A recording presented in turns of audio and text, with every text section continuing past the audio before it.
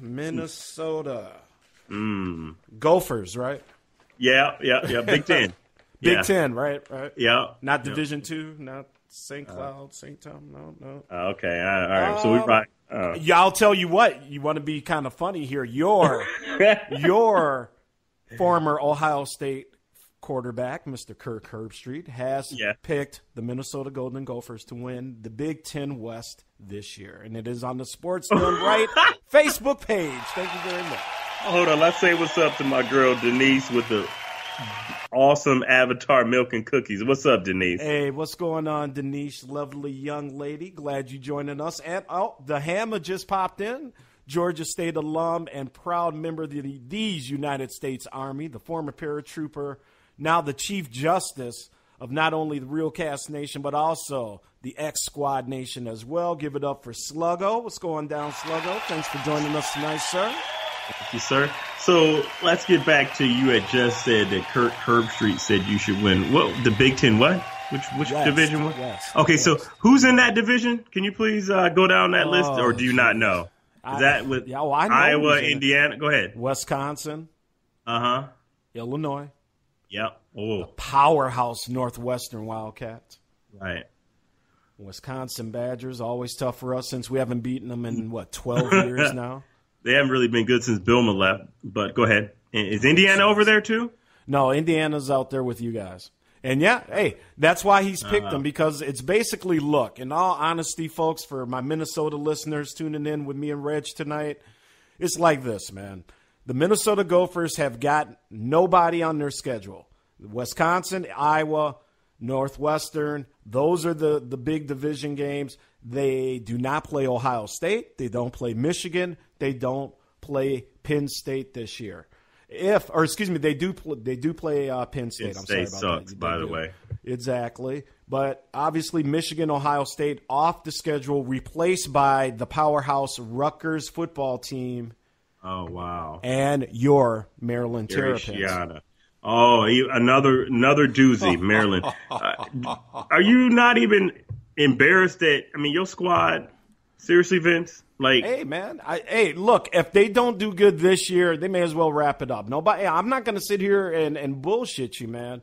Okay. As a Gopher alum and fan, I preach the truth, man, unlike something that Reggie does when he talks about his lame Cleveland teams.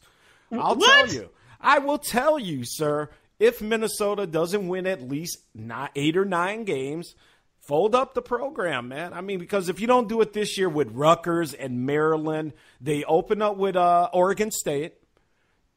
But after that, so a couple cupcake games. If you can't turn it around this year with a senior quarterback, players coming back, I don't know what to tell to Gopher fans out there in the great state of Minnesota, Reg.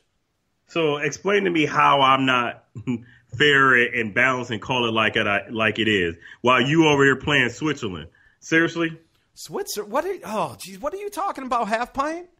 Do you understand what the definition of Switzerland is? Yeah, I know what the definition of Switzerland is. Okay, so they're always neutral. Always neutral. Yeah, what did I just say that wasn't fence. neutral? I just said if the team doesn't win 8 or 9 games, probably 9, it's a busted season.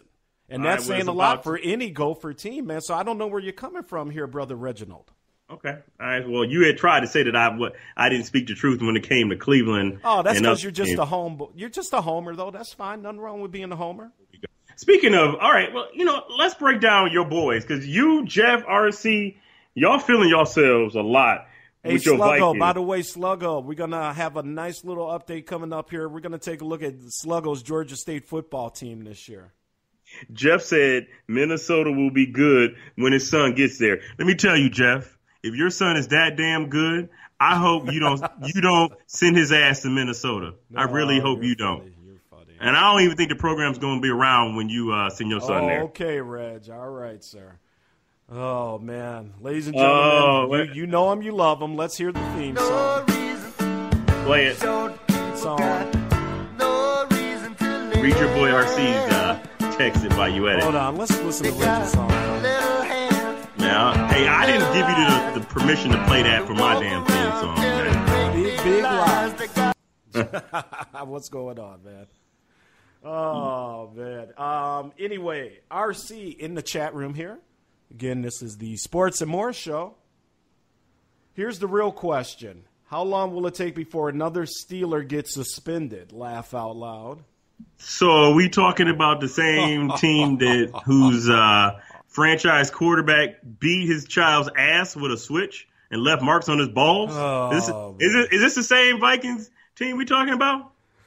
Reggie, do your parents like you, man? I mean, why are you all you so filled with just the antagonistic hatred towards my beautiful Purple Rain squad, man? Come on, brother. That's because I'm clever, because I keep it real.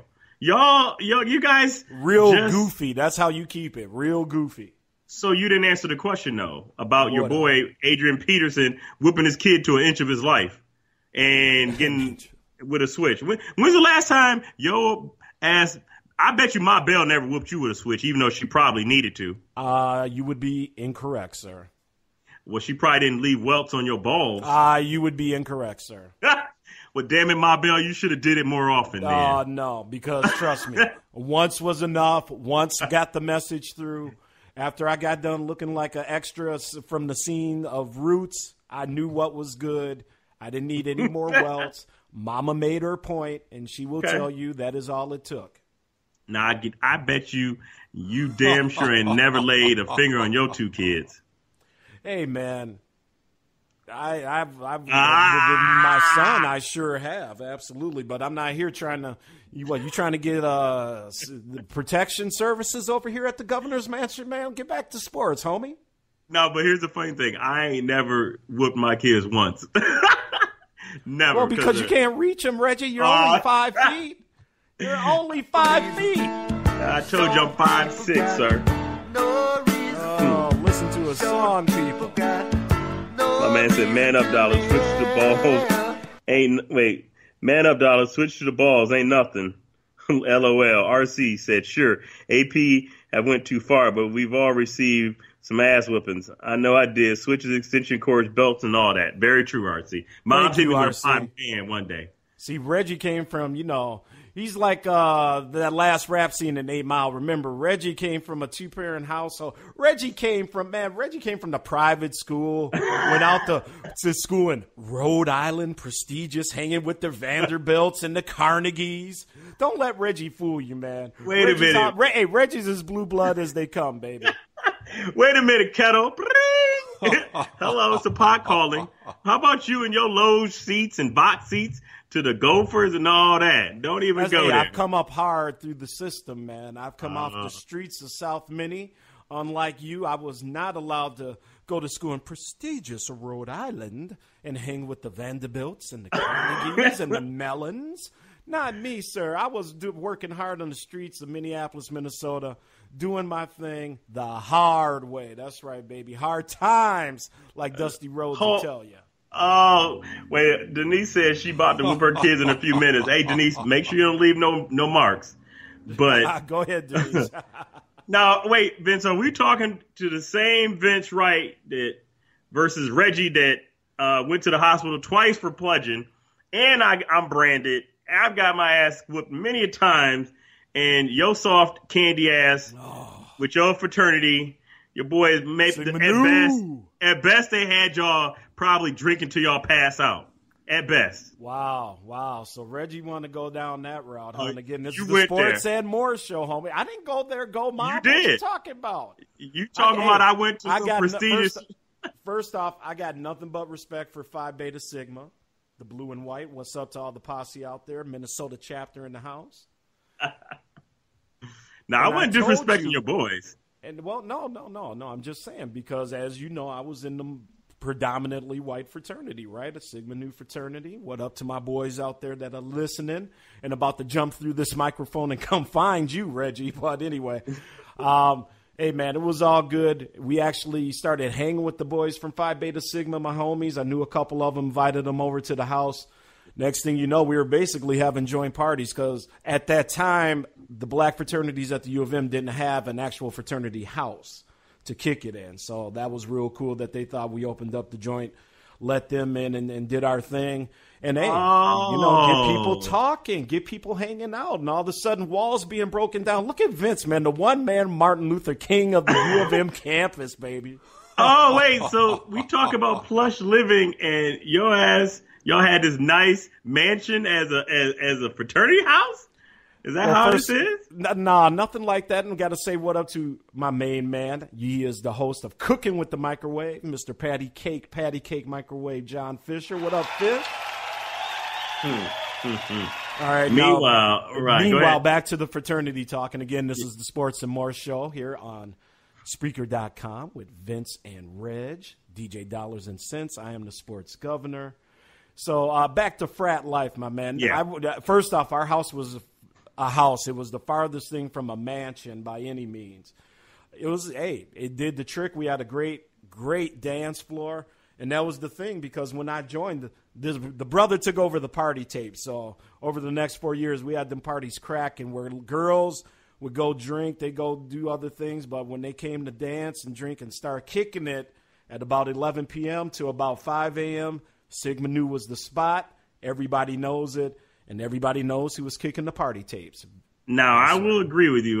Sigma Nu is one of the most renowned fraternities, large chapter. But when you talk about, keeping it real, we was doing house parties, man. That's where I learned the BOGO. You don't know about that. Do you know what BOGO means, or no? Do I need to let you know? Why don't you show me? I got you on the video. That's when they like, right. Fish know what bogling means, and grind and whining. But anyway, the house parties was off the chain, man. I'm telling you. I'm sure. Yeah. We didn't have the funds of the Sigma Nu, so we all had to basically live in either dorms, or we had to kind of live in our own little apartments. You know what I'm saying? Right. Yeah, and that was the thing, because Sigma Nu, because a lot of freshmen came to university, already set up for housing over at the dorms. So back then, we actually had money set aside that we would buy people out of their dorm contracts if they wanted to live in the house. I like that. Yeah, so was your brother-in-law Sigma Nu? Nah. Jeff was from the streets of Hard Knocks, baby. Okay. So let me tell you this funny story about, this was back when life was good, man. And it was about, if you ready to beef, it was put fisticuffs, and it was none of this knives and you know what I'm saying? So back in the days, I was kicking it with this young lady. I think she was in D5E. All right. So we was kicking it. We went to it was a teak house party. Yep. So I'm by myself, and I like you, I will give you credit, made sure that I hit everybody's spot, because they thought it was the coolest thing to have a guy in a black fraternity at their parties, and I was like, well, right. Shit, I'm gonna drink for free and eat for free, so cool, you know what I'm saying? So we at this party, right, man, and something happened. I got into it with one of these teak guys. And shocking. Reggie got in a fight, right. Y'all. Well, it gets good. It's good. This is a good story. So we at the house, and the guy was talking some smack, and I guess he thought that I was going to punk out because we at his house, and it was probably about 30 or 40 of his brothers. So we had words, and I said, well, man, you don't want none of this. I'm just going to let you know, you don't want none of this. I'm telling you. And he was like, whatever. Let's get outside. So I get surrounded, and out of nowhere, one of his brothers hit me. And I didn't know who it was, so I kind of positioned myself like, all right, well, I'm probably about to get my ass kicked, but I'm going to go down swinging. So I box myself off, and I punched one of the guy's car windows out. So I positioned myself. Well, hey, man, I'm telling you, I was the truth, man. So I positioned myself to a point where I'm like, okay, I got my back against the wall. If I'm going to do it, I'm going to do it. So I get out to the street. And then my boys from the other non-black fraternity, ATO, which I was going to rush, my boys came up, a couple brothers like, yo, you ain't jumping my boy. So I said, all right. So I didn't get jumped, but I was like, yo, it's a wrap. So I had some of my fraternity brothers down from Boston. So I went back to our house, and I said, yo, man, these dudes tried to jump me. And they was like, well, Reg, what's up? Let's do it. And it was like 8 of us. 8. Now, you call me short, of course, but there was some big-ass brothers, probably like 6'8". And like Jay Fisher said, man, what did the car window do to you? You gotta kind of look tough. So I figure, you know what? Let me just go ahead and swing. And I'm gonna do something to try to throw steak out folks, there. Because Reggie's only 5 feet tall, so yeah, he got to play the part. He got to play that crazy role. I whoop much ass though, Vince. Let me just tell you that. But anyway, let's get back to the story. We don't call you the Tasmanian Devil for nothing, homeboy. So me and my frat brothers, it's about 8 of us, and we go to their house, and they have been gone. Reggie, just so you know,